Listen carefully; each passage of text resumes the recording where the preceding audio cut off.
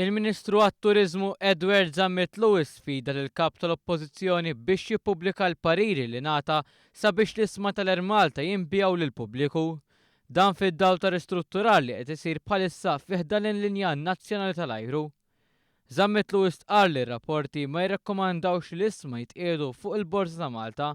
Iżda l-kontra ta' dan, Simon Busuttil iwebbes rasu u jgħid li għandu jkun hemm offerta pubblika inizjali. Aħna m'għandna l-ebda problema fil-fatt tkellimt mal-Prim Ministru qalli tħalli l-ebda opzjoni barra, ejja naraw kollox, però hemm parir għal wieħed tnejn illi dan ma jistax isir illum għalfejn għaliex l-ewwel Malta tittiġi fuq saqajja, l-ewwel Malta rridu nsolvu il-problemi li ħoloq il-Partit Nazzjonalista li Dr. Simon Busuttil kien parti minnu l-ewwel bħala Special Envoy u mbagħad bħala direttura viċi kap tal-partit, insolfu dawk il-problemi, tibda tagħmel qlieħ, inkabru l-airline u mbagħad m'għandniex problema li aħna noħorġu għall-pubbliku u għall-ħaddiema. Kif qal il-Prim Ministru stess fid-diskors tiegħu, il-proposta ta' Busuttil hija legalment u teknikament inkorretta.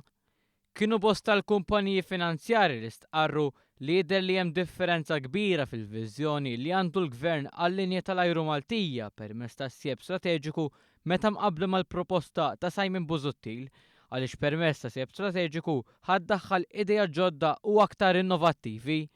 Zammit Lewis qal li dan ikompli juri l-opportuniżmu ta' Simon Busuttil u l-Partit Nazzjonalista biex jippruvaw jiksbu punti politiċi minn fuq l-Ermalta.